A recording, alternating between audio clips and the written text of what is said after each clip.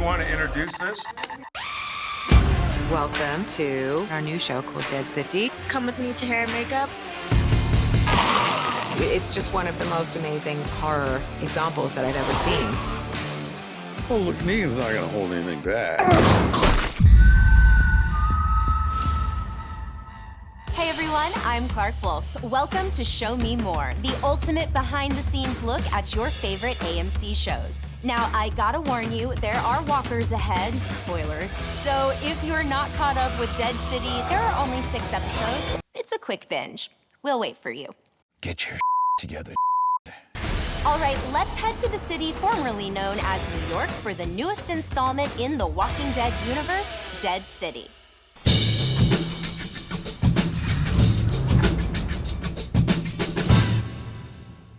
Presented by SERVPRO, like it never even happened. Dead City picks up with rivals turned uneasy allies Maggie and Negan together again on their way to one of the most dangerous locations within the Walking Dead universe, Manhattan. So what could go wrong? Reimagining New York City as a post-apocalyptic wasteland was an epic undertaking and led to many Walking Dead firsts. Let's find out how the production design team pulled it all off. Welcome to our new show called Dead City.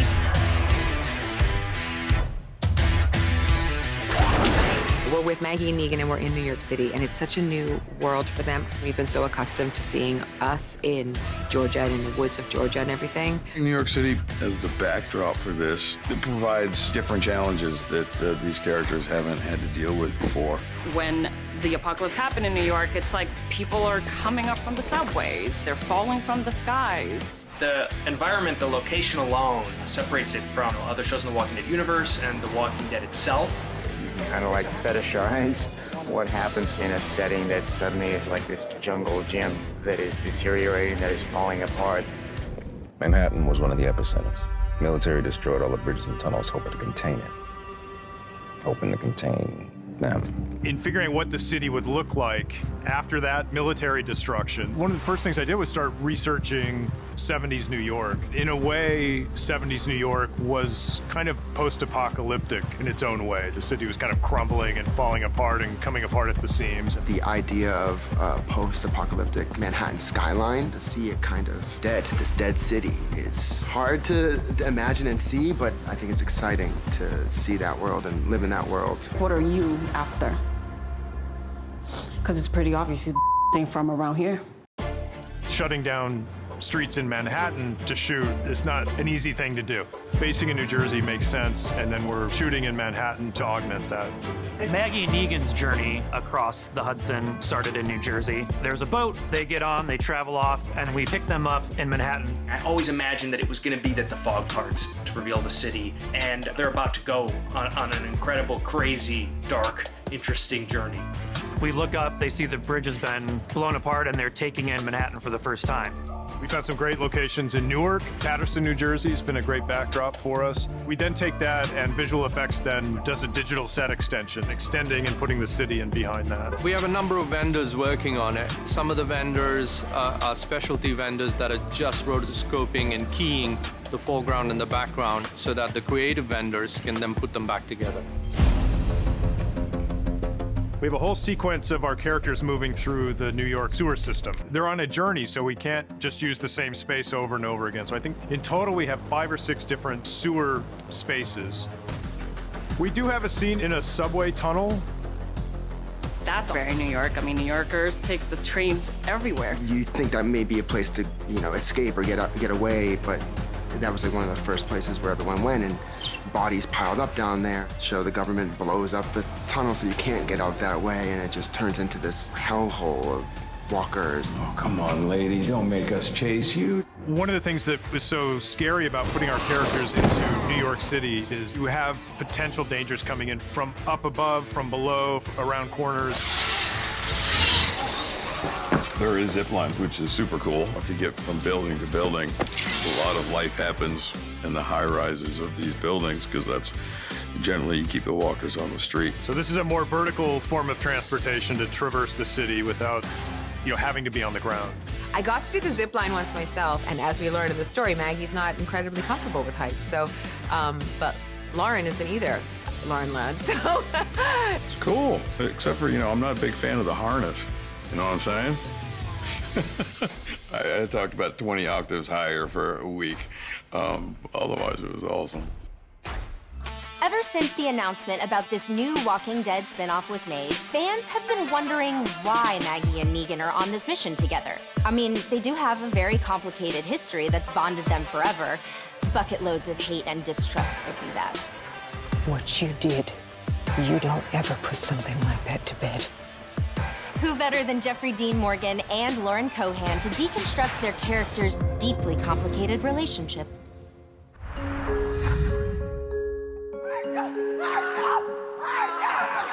The deeper we go, the more we'll see that in many ways this is a show about parenthood. To lose your family, to lose almost everyone you know or care about, to lose the possibility of remembering them, and with it dies your reason for living, and you have to decide if you're going to continue and for who you will continue. And I think that's a hugely important story point. How can they possibly parent these children when they themselves haven't figured out their own life stories? Herschel is essentially the bait and the trap. I scoured the world and didn't find Negan, and here's this intriguing character who has this incredibly complex relationship with Negan, and give it a shot. And where is she vulnerable? That's her son. On the surface level, she does have this challenge ahead of her. It's to get Herschel back safely, and if it seems that the CROAT will give him back in exchange for Negan, then that's on one level the mission that she needs to undertake. If she can put up with what she thinks is an impossible situation, to be with him and to have to ask for his help to get her son back, then that's what she's going to have to do. But it is definitely extremely charged. Sorry. Thought you were better on your feet. Good to see you, too. When we picked this story up, it's a couple years after we last saw Negan on The Walking Dead. And he's taken off. He's on the run a little bit. People are after him. And he's basically in hiding, working at a house of ill repute. And he is a walker killer. You remember what I taught you? In the course of his travels, he's befriended a little girl, Ginny. Jenny's been through a lot. Her father died, her mom died, and she's been traveling with Negan for a while. I feel like Negan's her safety blanket. Negan takes on kind of a father figure role for this little girl, and he loves her and wants to protect her and wants what's best for her. When Maggie does have this realization that he's a parent to Ginny and that he is someone that's maybe learned these things along the road, it's just not going to be as easy as she thinks. I tracked him all the way up the Hudson. By then, they'd already made it across. Across to what? Manhattan. Maggie says that she needs him to get her son back. And Negan decides to do it because the best way to keep Ginny safe is to put her with Maggie's community. So it's a trade-off. I'll help you if you take this girl and keep her safe. And that's what he does. Murderous tendencies aside, Negan's love for foul-mouthed banter, combined with his relentless impulse to put on a good show, makes him one of the most darkly funny characters in the Walking Dead universe. Love him or hate him, we can all agree that Negan wouldn't be Negan without his outrageous one-liners. Here are a few of our faves. Well, damn. For a wanted man, I look good. One of the things that I've always loved about Negan is how he talks and how he delivers a line. Don't that seem a few ass hairs short of a dingleberry? Well, look, Negan's not going to hold anything back. His asswife tried to kill us last night. Guess we ain't the only ones he pissed off. Says kind of whatever's on his mind. Everybody just take 1 second and unbunch their undies, all right? And he uses colorful language. Eye for an eye, for an ear. And he's got a good sense of humor and isn't afraid of some sarcasm. You better get out your umbrellas, because it is about to rain. I like the way that Eli writes Negan words, and I sure like delivering them. Contrary to popular belief, I do occasionally know how to shut up. Dead City introduced us to a treasure trove of fresh, new characters with deeply rooted backstories. we asked showrunner Eli Journay and the cast to break down these new communities. I like to look at the world of Dead City as these competing ideas of how we should remake society. There's this crazy backdrop of what is now this dangerous city with each other not even feeling any trust. We own this city. There were thousands of us. I think it's more like, what are you after? Because it's pretty obvious you ain't from around here. We are basically tracking 3 different groups of people. There's New Babylon. They're a very law and order society. And then you've got the Baratzi. That's the CROAT's kind of gang of people, and they're the apex predators, which means that the prey are the tribes people. Let's go. And the tribes people are basically on the run. It was them! How do you fully adapt and make the most of your environment in New York City? And how do you stay safe and stay above the ground? And how does something that might be really terrifying, like ziplining 20 stories up, become such a necessity that you just have to do it? Ladies first. After you. For me, like New Babylon is the closest thing to what we had. New Babylon in Virginia, it's this federation of city-states and towns. I think New Babylon is probably one of the most ambitious communities in the sense that the way we have shaped the world and our rules are actually the best. And we plan to push out and take over other areas and bring that tranquility of order to everybody. Marshals! That's how we survive. That's how we dominate. If you break the law, you'll be hung and then left hanging as a walker. We've become just like the very people we're fighting against. We've become just like our enemy. Aiding and abetting. In a way, our extreme adherence to our doctrine, our willingness to take human life at any cost if can be justified, our willingness not to give people another opportunity to redeem themselves, that sort of starts to rub the wrong way. Welcome. The Baratzi or Burazi, that's an attempt to recreate the sanctuary. It's the CROAT's stab at creating safety, and it's essentially a gang. Baratzi wear trench coats and they have these helmets with spikes. They use it to headbutt walkers. They're vicious and aggressive. They don't hesitate to kill people. Buraz means brother, but it has the sense of a chosen brotherhood. That's your pack. Those are the people that have your back. And there's safety in that. There's safety in numbers, and there's safety in the fear that that instills, and there's safety in the rituals that create that bond, because the fear of being isolated is, one of the greatest fears in this world. Death is no end. It is our fuel. He also happens to have this incredible idea about how to create energy. You are offering to people a future, and that's very, very hard to come by in this world. You get on the island, but you don't get off.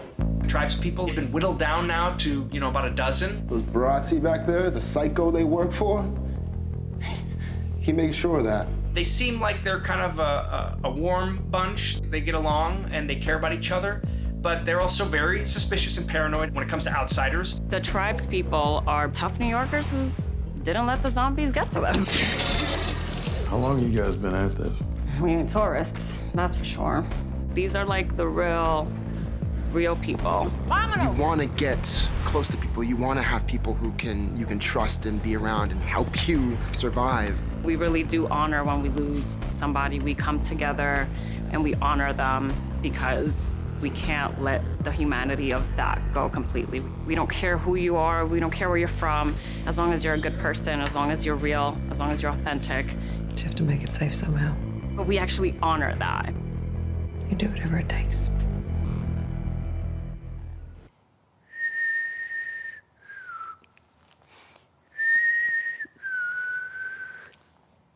Nothing good ever comes after you hear that sound. And for most, it's the last thing they ever hear.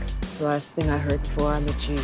But don't worry, I think this next segment might help change that for us all. The cast and crew tried to recreate the terrifying savior whistle, and it's not as easy as it sounds.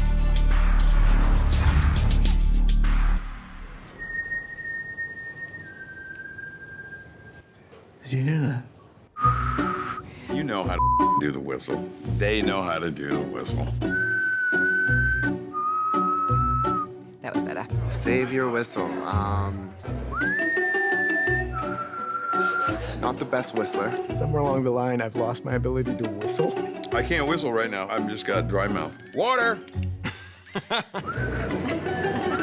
Nope. This is embarrassing. So it's a whistle that I do for my kids and my dogs. Don't tell my kids that. And so when I whistle, I got everybody running at me at home. I can't whistle right now. I can't whistle. I can't whistle. I used to be able to whistle.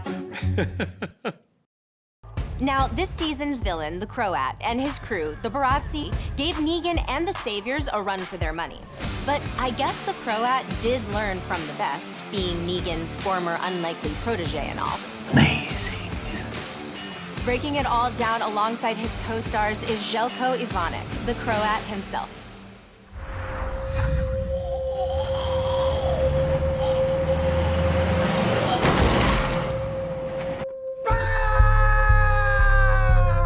You could call people villains in our show, but that's really just a matter of point of view. Really, they're all just humans trying to figure this out. The CROAT's a complicated character because on the one hand, he's looking for safe harbor. He's just looking to find a way to no longer be vulnerable in the world, and then a search for putting himself back together. And it's not until he meets Negan that rebuilding starts to happen, and the determination to never be vulnerable in that way again. And it becomes his strength in great part, but also becomes what makes him scary, basically, because he will stop at nothing. Negan, you know these things. The process takes time. Negan realized early on that the CROAT was somebody that was crazy. You know, he was a psychopath. And there was a reason that Negan wanted him dead. He just failed at that. I had one shot. I missed. Blew off his ear, the rest of them got away. The CROAT is totally Negan's creation, I think, to Negan's horror, I'm sure. Because death is no end. It is all fuel. Because people are a resource! What he learned from Negan is that showmanship is a huge part of leadership. So self-confidence in a world like this is an incredible enticement for people because it signals strength, creating a sense of belonging and a sense of power. The thing that he does so well is he gets in your head. You know, he's all about like the psychological warfare. He, looks for those things to kind of exploit in his enemies just emotionally. It's just so amazing what Željko does because it's so chilling in the quietest ways that just like everything you'd hope for our new baddie. Just the way he pushes the buttons for people is just really effective. I saw that you could help. Strong, smart, vulnerabilities to be exploited.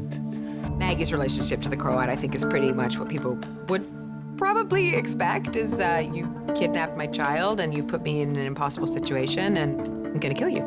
I think the CROAT really admires Maggie. She's clearly incredibly resourceful. She's clearly really driven. If you could have 100 of her, you could rule the world, basically. He's manipulating her, and he's using all of that to his advantage in pursuit of getting Negan back. But it's because he sees she's kind of his one shot. He's failed on his own, and I think there's an enormous amount of respect and admiration there.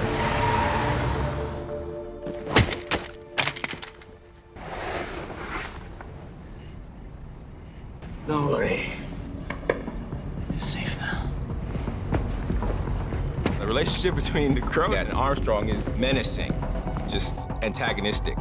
I don't even know he is there. I've gone to look for Negan, and fall into the arms of the CROAT. It's just like, oh gosh, if you thought Negan was bad, he's like 10 times as menacing as Negan. It's not bad for a jail, no? He's built something very safe for himself and for the people in his orbit.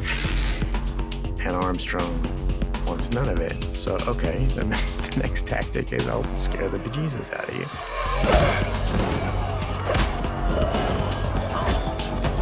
I think there's a respect in terms of like, okay, you're a leader over here, I'm a leader over there.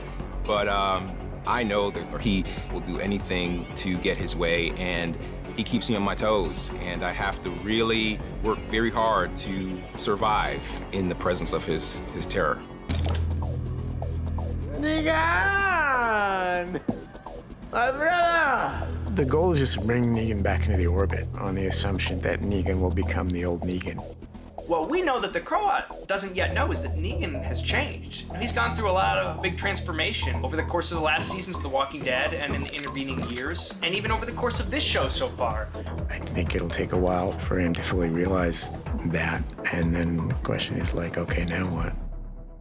We've seen by now that surviving the apocalypse is next to impossible without some heavy-duty and creative weapons. Prop master Alexis Weiss and the cast walk us through the crafting of the show's most ingenious weapons.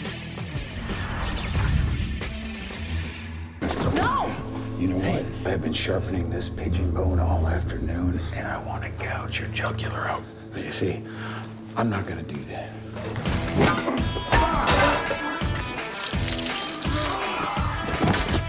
So the weapons in the Dead City. New Yorkers are nothing but resourceful. We find whatever we can find and we make it work. Hi, I'm Alexis Weiss. I'm the prop master on Dead City. I'm Krista Runks. I'm the on-set prop master. Everyone has a grand time when the weapons come out. We really love playing with them. I got some bolt cutters here. I feel like this is the key to the city. I got a tire iron with a shiv on the other end. 30-pound pipe wrench. And a big honkin' lead pipe. The first weapons you see the tribespeople use are these modified nail guns. It shoots out and it like grabs onto somebody. You can whip it back out. It's kind of like a mix between a nail gun and a harpoon. We took a real existing nail gun, used the reel here that would normally hold the nails, and then we added this handle. Once you fire it, you can actually reel it in like a fishing rod. No, you ever said that. You ever said that. You ever said that. Stop freaking out. No. In general, the different groups have different looks. The tribe's weapons, they're more like homemade, kind of steampunky. So a lot of their stuff will like wrap leather around it. The Barazi have motorcycle helmets with various spikes that they've taken from scrap metal on the street. They have these stop sign spears made out of metal. This show's been really fun for me because we've gotten to be so inventive with the weapons. And you just think of like how these characters would have become more and more tactical as time has gone on and how you would have taken what you needed on your person. You know, I just try to think like a soldier. I'm like, okay, cool. So this belt that I'm wearing is made of bike chains and that performs as a really lethal weapon. I grew up during the time where you would put a car club to protect your car, which people probably don't use as much nowadays. And so that would be like my weapon. And then the pizza rocker, very New York pizza. Yeah, this is Tommaso's pizza rocker. You know, we just used this in the scene and it's all bloodied up. In the original script, Tommaso's character had a meat hook as his weapon. Jonathan, who plays Tommaso, had the idea that he ransacked one of these from a pizzeria. I wanted something that I could wield and swing and use in different ways. I can put two hands on it, use it almost as like a machete or a sword. Yeah, it's pretty fun to work with.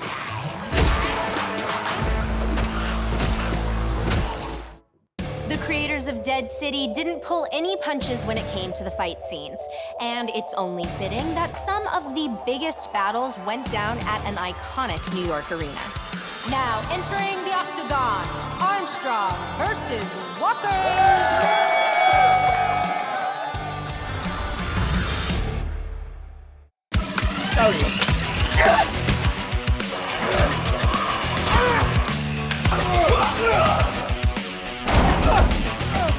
Hi, everyone. I'm Lauren Cohan, and I play Maggie on The Walking Dead and now Dead City. We are in this giant sports arena. It's, you know, such a monumental spot.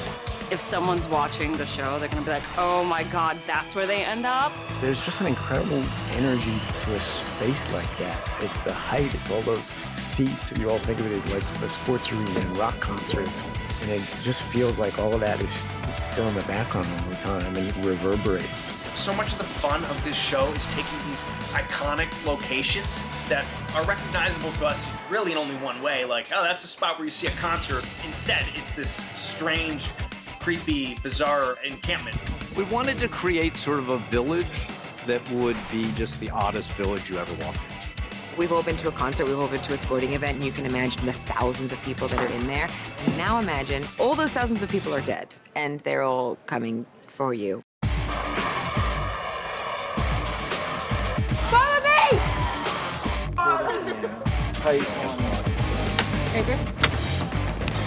It happens to be, for me, one of the most exhilarating action sequences I've gotten to do in all of this series, and Walking Dead and this one included. I am spending my day beating zombies up and kicking ass. The stunt team was so great, and I just wanted to be as specific as possible. We have our choreography, and then you see, like, one at a time what we're gonna do and how we're gonna do it, and then you can get it enough and you can forget it. Lauren's great to work with. She's very athletic. She picks up on everything. So with her, it's always a question of how many walkers do we want her to kill. You know, so we gave her about like 6 choreographed and then an additional 6 if she wanted to continue the action. And she killed all 12 every take. It was pretty great.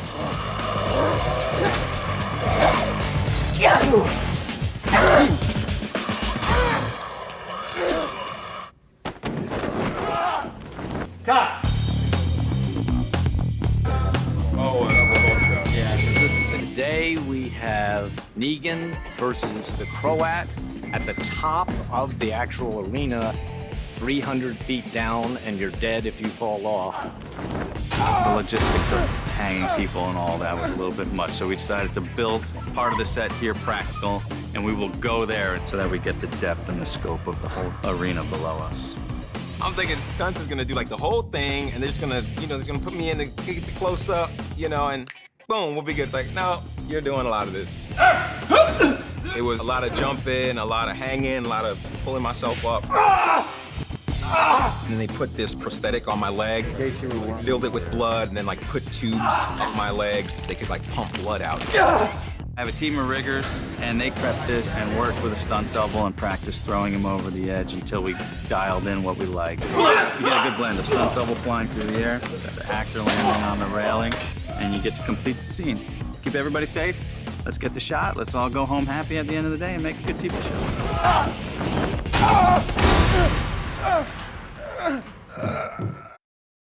Dead City's move to the Big Apple has brought even bigger messes with it. Thankfully, our sponsor, SERVPRO, is no stranger to disaster cleanup. From apocalyptic reconstruction to hordes of undead, the pros at SERVPRO can be trusted to make any mess like it never even happened. Now let's hear from the cast what it was like to film some of the grossest scenes of the season. Presented by SERVPRO.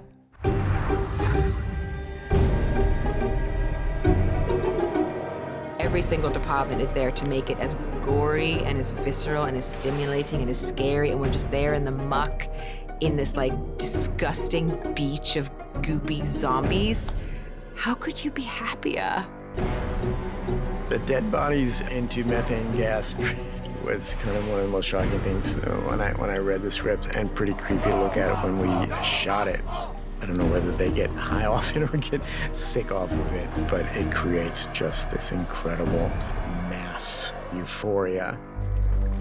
Just seeing them shove people inside this vat and like all the chemicals, and then my character getting gassed and then throwing me in the octagon. This girl's pulling the key out of the walker's belly. You don't think about how like sticky and soupy all the guts and the blood is, so we were rolling and they're like, okay, get the key, get the key. I was like, I'm trying, I can't find it, where is it, You're just like, oh.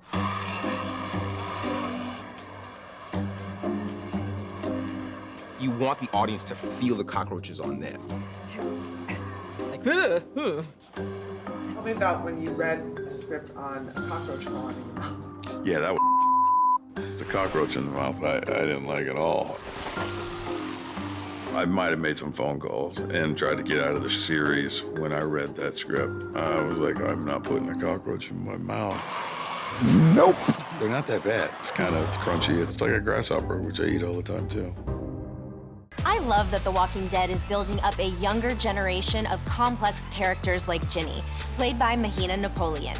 She gave us a look into a kid's day in the life on a Walking Dead universe set. Hey, I'm Mahina Napoleon, aka Jenny. Welcome to Dead City. First, when I come to set, I get wardrobe on. Come with me to hair and makeup. Let's go. Hey, Vincent. This is Vincent, my hair person. All right. Going to hair. See you later. Hey, guys. Just finished with hair. I'm sure you're wondering what this is. It's because they dye my hair. So, gotta have a little poncho cape on, so. Come with me to go into makeup. Since The Walking Dead is very gross and dirty, you don't do much. Just a little foundation, a little powder, a lot of dirt, some blood sometimes. Today we're doing a scene with the Walker King, and I'm really excited for today. So I have to go to school right now. I'll walk you guys to set later. This is my teacher, Marianne. Hey, everybody. Oh, hey! Just finished with school. Learned a little math, language, science, art, all the school stuff, you know. So, gonna go to set. See you guys there.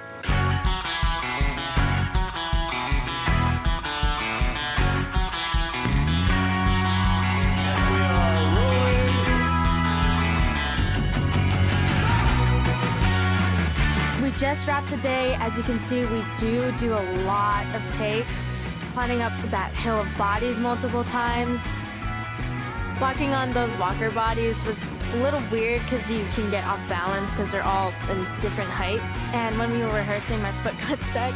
When you lose your balance, you had to touch them, and they put like this gross spit-like water on it, and it just felt weird. All the fabric waste was even grosser. It like stuck to your boots and sounds really squishy, and all the spit and saliva and all the blood mixed all together. Just really, really nasty.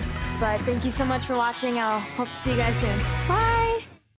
Just when you thought you've seen the most horrifying walkers this franchise has to offer, they hit you with the king of the sewer. Here's what the cast and crew had to say about creating the ultimate walker. Go! Now! Go! You can do it! Go!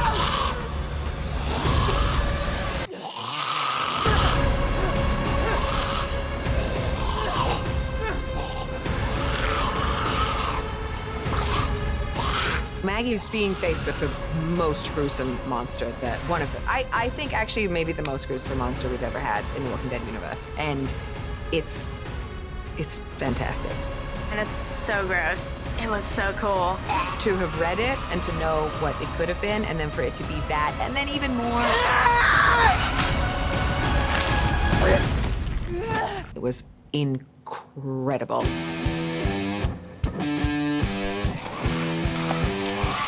I had read and seen some stuff online about a creature called the Rat King. When a bunch of rats are together, their tails get all tangled and they become kind of one creature as they move together. And so I thought, what if a walker kind of stepped through one walker and then another walker stuck its head through that walker, and they got all like tangled in that way, and they had to start to kind of move together. And so I thought, well, what if there was a Walker King? It is an amalgam of 4 different walkers, and some are infused to the point where they're inside of the body itself. The faces will push up against it as they're breaking through another layer of tissue. We expose that in the scene with some mechanical puppets that push through the torso and gives it a really gross feature. On the back of our Walker King, we have another body attached, and we have codenamed her Betty. We can control the head and some jaw movement up and down, back and forth.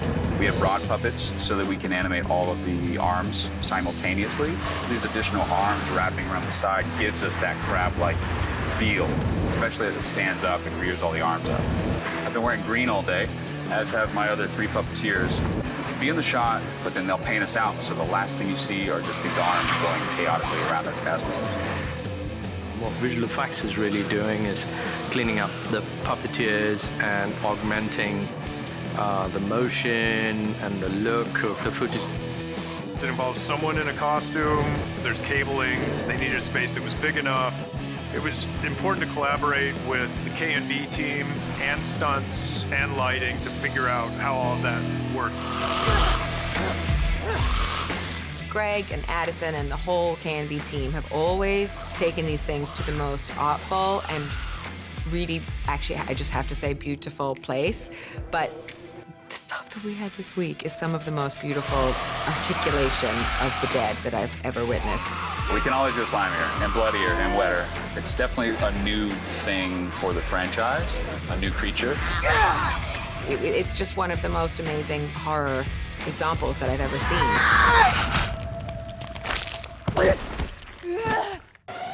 If you told me that thing was down in the New York City sewer right now, I would believe you.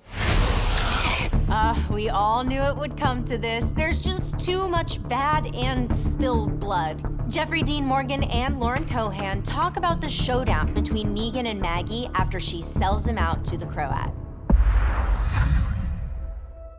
So he's gonna want to kill you. He sure is. I do know how he operates, Maggie. Of course you do. These two characters have been waiting to face off for so long. They both kind of have reason to come at each other.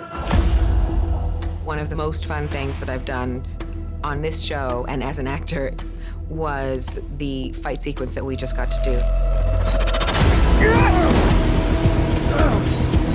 Maggie and Negan really get to the pinnacle of their angst towards each other and act it out physically, and I go for him. I go for him because I need him as my collateral to get Herschel back. But also there's a part of her that's never been able to formalize the aggression and physicalize the aggression. And Negan's trying to de-escalate the damn thing, but she is like a bulldog and just keeps coming.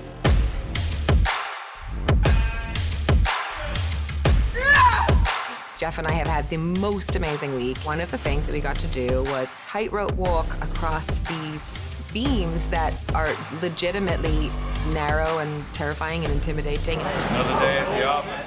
You know that you're safe and you're strapped in and you've got a whole crew to protect you, but Jeff and I were about 20 feet up, and first time I made it across was a little shaky, went very slow. I was like, this is not how Maggie would do it, but maybe it is because first time for her too. And then on the way back, I couldn't do it. I had this moment where I was like, this is what people mean when they actually have a fear of heights or they have a fear of something.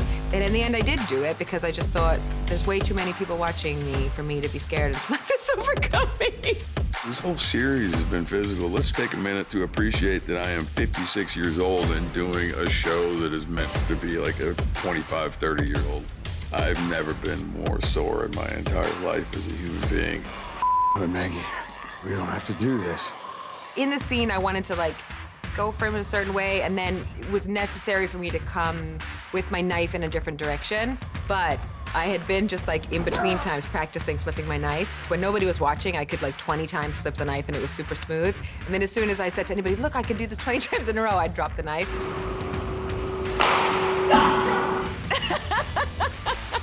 We try to do everything ourselves.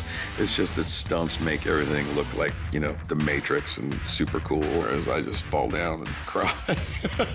And I got a really good looking stunt dude who's like, 25 years old. And so I'm always like, yeah, he's way better looking and younger than I am. Throw him in there and let the camera get him. Nico, he's great. And then Lauren's stunt person, DJ, are extraordinary people. And they need to get more credit, certainly. It doesn't matter what excuses I give you or how many apologies I offer. You can't get over it. And you shouldn't. It's really fun for us to be able to tell this story of two people who have such a deep hatred for each other for all these reasons that speak so much more to what we're afraid of in life in general, that it was just an epic week to be able to have these like physical challenges, emotional challenges, acting challenges, mental, everything. It's just kind of what you want. It's kind of like why you come to this game.